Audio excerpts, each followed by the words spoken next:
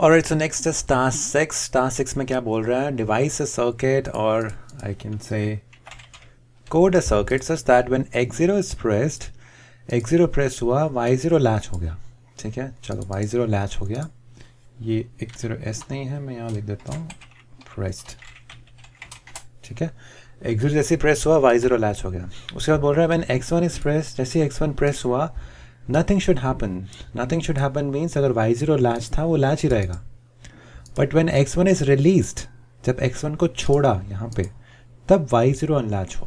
Okay, तो ये थोड़ा सा डिफरेंस है कंपेयर टू लास्ट लॉजिक कि x0 प्रेस हो रहा y0 सेट, ये तो हम कर सकते हैं, हमने किया हुआ है. बट x1 जब प्रेस हुआ तो कुछ नहीं होगा, जब x1 रिलीज़ होगा तो y0 रीसेट होगा.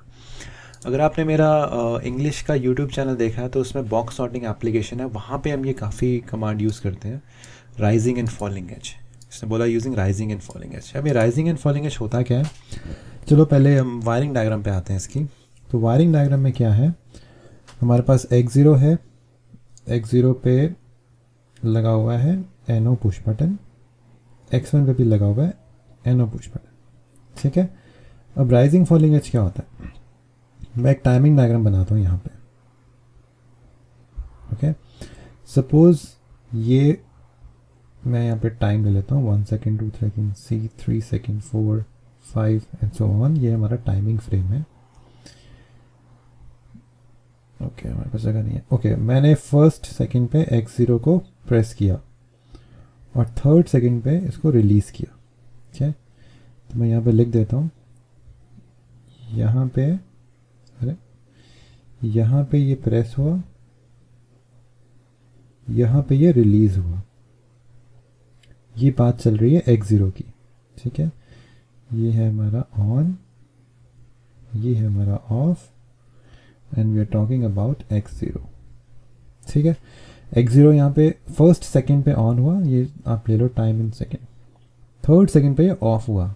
ओके, अब अगर मैं ये एग्जीक्यूशन टाइमिंग डायग्राम है, अगर मैं लेता हूँ normal NO contact which is LDX0.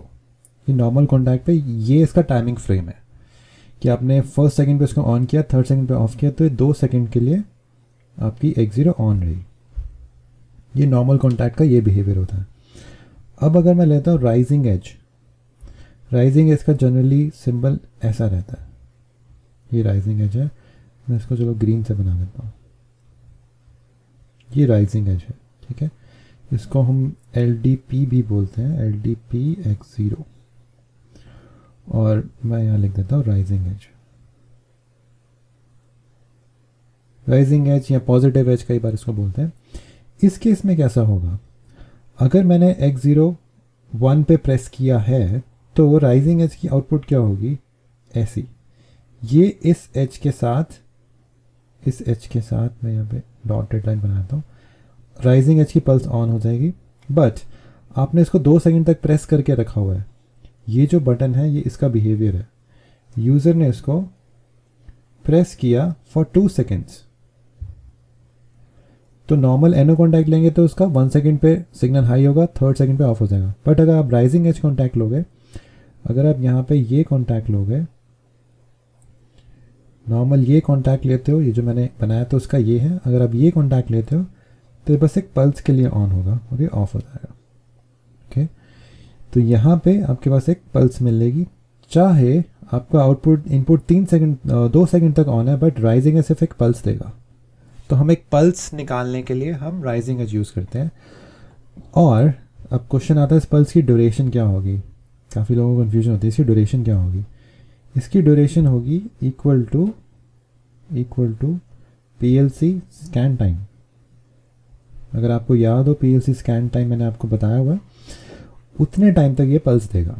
तो याद रखना इसकी ड्यूरेशन इतनी है, विच इज़ जनरली काफ़ी कम होती है, 0.3 मिली सेकेंड, और डिपेंड करता है आपका स्कैन टाइम कितना है, तो उस टाइम की जितनी इसकी पल्स होगी. तो ये हो गया राइजिंग एज. राइजिंग एज तब आता है जब इनपुट आपका प्रेस होता है. ठीक है, अब आते हैं फॉलिंग एज पे. अब फॉलिंग एज पता करने के बाद आपको क्लियर हो जाएगा कि लॉजिक कैसे बनेगा. फॉलिंग एज को हम जनरली डाउन एरो से रिप्रेजेंट करते हैं, और ये होता है LDFX0. अब फॉलिंग एज में कुछ नहीं है, जब आपने इनपुट ऑफ करी यहाँ पे तब पल्स शुरू होगी, ठीक है। तो फॉलिंग एज का जो सिंबल होता है वो ऐसे होता है, ठीक है। फॉलिंग एज ये तीनों x0 है एड्रेसिंग, ये भी आपको पल्स देगा यहाँ पे, सॉरी इसको मैं थोड़ा सा, ठीक है। तो फॉलिंग एज की पल्स तब आएगी जब आपका सिग्नल बंद हो रहा है, यहाँ पे ये फॉलिंग एज का सिंबल होगा, सिग्नल होगा, ये राइजिंग एज का। तो राइजिंग एज यहाँ पे आएगी और फॉलिंग एज आपकी यहाँ पे आएगी, ठीक है। अब क्वेश्चन क्या था, क्वेश्चन ये था जब x0 प्रेस हुआ तो आउटपुट लैच हो जाए, तो हम यूज़ करेंगे राइजिंग एज। x0 से हमने आउटपुट लैच करनी है, ये भी आपका x0 है, ये भी आपका x0 है। और x1 जब रिलीज होगा तो आउटपुट अनलैच करनी है, तो हम उसके फॉलिंग एज से अनलैच कर देंगे, ठीक है। अब यहाँ पे मेरे पास स्पेस नहीं है, तो वाइस मैं आपको दिखाता, एक सेकेंड को यहाँ। अब अगर इसका मैं यहीं पे बनाने की कोशिश करता हूँ, अगर बन जाता है आउटपुट का बिहेवियर y0, तो अब इससे आउटपुट को लैच कर दो, ये आउटपुट लैच हो गया। अब ये फॉलिंग एज से आउटपुट को रीसेट कर दो, ठीक है। मतलब जब ये बटन रिलीज होगा, अब ये रिलीज 3 सेकंड के बाद हो या 5 सेकंड के बाद हो, ये यूज़र पे डिपेंड करता है या सेंसर पे डिपेंड करता है, ठीक है।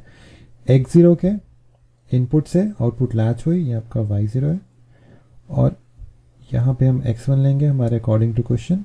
x1 के फॉलिंग एज से, अब x1 का फॉलिंग एज ये x0 है, बट यहाँ पे मैं एक और अगर लाइन बनाऊँ, x1 के फॉलिंग एज से रीसेट होगा। चलो मैं एक और डायग्राम बनाता हूँ ताकि क्लियर हो जाए, ऐसे बहुत ही हौच पौच हो रहा है। ये देखो, ये आया आपका x0, सपोज यहाँ पे ऑन किया और ये यहाँ पे ऑफ कर दिया, ठीक है। सेकंड केस में आया x1 चलो आपको यहाँ पे ऑन हुआ और यहाँ पे रिलीज हुआ, ठीक है। अब आया आपका y0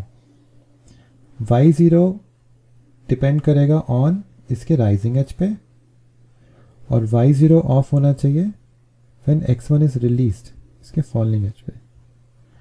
तो y0 की जो आउटपुट होगी वो क्या होगी, देखो यहाँ से y0 ऑन होगा और ऑफ यहाँ पे होगा, तो ये आ गया आपका on time of y0। Easy है बिकॉज ये हुआ राइजिंग एज, ये थोड़ा इंपॉर्टेंट कंसेप्ट है, ये हुआ फॉलिंग एज, क्वेश्चन अब आते हैं प्रोग्रामिंग पे।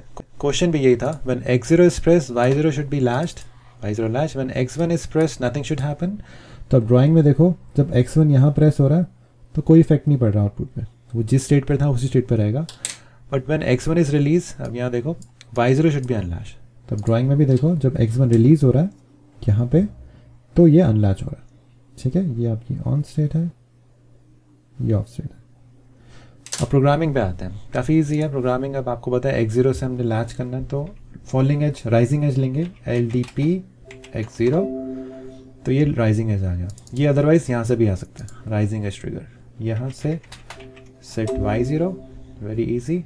Next network LDFX1 reset y0। Okay, let's download and check the logic. ये गए ऑनलाइन। अब देखो इनिशियली मैं दोनों को ऑफ करता हूँ, x2 तो चलो है ही नहीं है, x2 को डिलीट ही कर देते हैं यहाँ से अगर होता है तो। या सो x0 ऑन किया, y0 लैच होगी, इसको मैंने ऑफ कर दिया। अब x1 ऑन किया, कुछ नहीं हुआ, जब x1 ऑफ किया तो y0 ऑफ हुई। This was the question and that's the answer. Programming में देखते हैं दोबारा, x0 को ऑन किया, y0 लैच हुई, इसको ऑफ किया, ये लैच ही है। x1 को ऑन किया, कुछ नहीं हुआ y0 को, अब डिपेंड करता है x1 कब तक ऑन है, कोई टाइमिंग नहीं है, कोई काउंटिंग नहीं है। जैसे x1 को हमने ऑफ किया तब y0 ऑफ हो गया, सिंपल। तो ये था हमारा task code 6, task 6, code a circuit when x0 is pressed y0 slash and when x1 is pressed nothing should happen but when x1 is released y0 should unlatch। तो ये ध्यान रखना राइजिंग और फॉलिंग एज कहाँ use करना है, काफ़ी important concept है। Okay, so this was about rising and falling edge. Next task में हम करेंगे timers. So thank you for watching, see you soon.